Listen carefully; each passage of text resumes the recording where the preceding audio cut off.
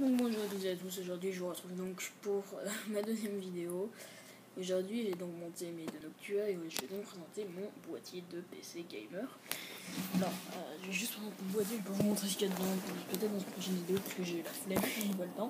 Alors c'est un Nantec, c'est mon cousin qui me l'a filé. C'est des boîtiers qui valent à peu près 90-100 euros.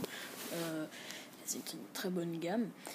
On a deux USB 3. Alors c'est con qu'il soit pas bleu, mais c'est bien de l'USB 3. La carte mère en plus c'est faite pour. Ici on a deux ventilateurs. On les voit pas, mais il y en a bien deux. L'allure, leur commande, alors j'en parlerai après, elles sont là. Deux ventilateurs qui sont dans les disques durs. 120, 120. On les entend. Voilà. Ici on a donc l'USB 3, les deux prises audio. Alors ça j'en voulais. On a les deux petites LED qui normalement clignotent. Alors là il y a le disque dur, je sais pas si je fais bouger la souris, ça va clignoter. Soit on ouvre une connerie. Voilà, là ça a dû clignoter en théorie. Voilà, ça clignote.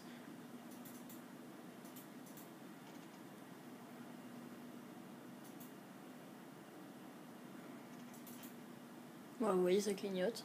Alors c'est assez sympa de l'avoir. Ça sert un peu à rien. Le bouton power, le bouton reset.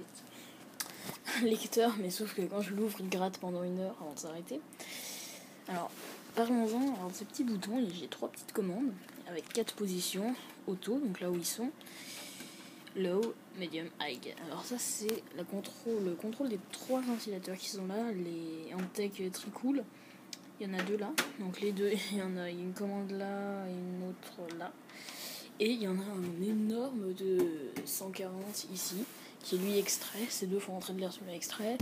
Et donc vous voyez, donc là je suis en auto, je vais passer en medium, en low. Voilà, bon, la température ils sont là. Medium, on les entend un peu. Et à high on les entend carrément. J'ai le même système sur l'autre. Et bien sûr celui qui fait le plus de bruit c'est celui-là. Alors là je le passe là il est en low, medium, high. On l'entend horriblement, mais alors je vous jure j'ai mis la main dedans. Alors je vais mettre dans le boîtier pour voir. Mais je vous jure il y a un énorme courant d'air, ça fait courant d'air, c'est hallucinant. Auto. Voilà. Donc 3 petites positions. Alors c'est très bien.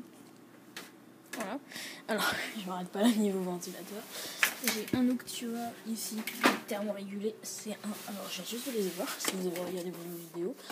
C'est des NF12 PWM 120 mm premium fan. Alors, c'est un PWM, ça veut dire thermorégulé à 4 broches. Qui sont branchés tous les deux sur ma carte mère. Il y en a un là, et il y en a un autre derrière. Alors, je sais pas si on le voit, il est là. Sinon, on doit peut-être un peu moins. Donc, alors, c'est le ventilateur. Celui-là, non, c'est celui de derrière que j'ai mis à 1000 tours minute. Non, enfin, j'ai mis le truc réduction et tout. Et celui-là, il est en normal. Alors, dedans, on m'a demandé ce qu'il y avait. Alors, je vais répondre brièvement, mais je ferai une vidéo. Donc, dedans, j'ai ma carte mère, c'est une. Je suis quasiment sûr que c'est une Rampage. C'est une Asus Rampage 4. Formule, je sais pas quoi. Ouais, c'est une Asus Rampage 4 Extreme. Ouais, voilà. Mon indice de performance 7-8. 7-8 pas. Enfin, le processeur est à 7-8. 7-9, 7-9, 7-9. Le disque dur, je l'ai changé, je mets un ECZ. Il est à 7-9 aussi, mais c'est normal qu'il soit 7-9 parce qu'il est en SATA 6. Mais si vous ne le mettez pas en SATA 6, c'est littéralement de la merde. On est à 5-9.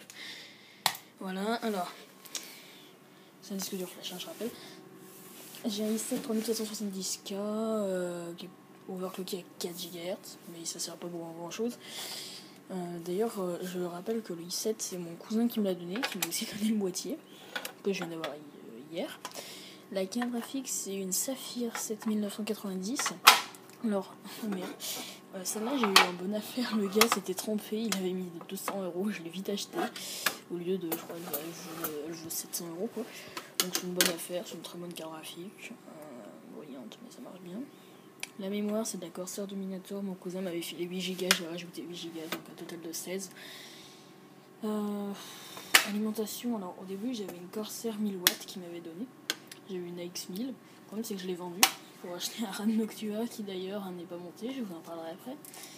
Et donc du coup là je l'ai vendu et j'ai racheté une CX 800 watts, là je sais pas quoi de chez Corsair, marche très très bien, très silencieuse. Alors parlons-en de mon RAD. En fait j'ai acheté un RAD Noctua. D'ailleurs je sais même pas où il est, il doit être par là-bas. C'est que j'ai pas eu le temps de le monter. En fait hier j'ai tout enlevé sur ma carte mère, j'ai remis de la pâte thermique et tout. Le problème c'est que j'ai niqué le ventilateur du Noctua, j'ai arraché les fils comme un con. Donc déjà je peux pas mettre un dos ventilo, sinon je mets une petite merde. Et surtout j'ai la flemme de le mettre, donc pour l'instant c'est un vieux AVC qui le refroidit, un vieux machin qui était monté sur des cordes du haut. Et c'est des cordes du haut, ils ont un socket un peu bizarre, mais il est vite adaptable à quasiment tous les autres processeurs. J'ai monté ça.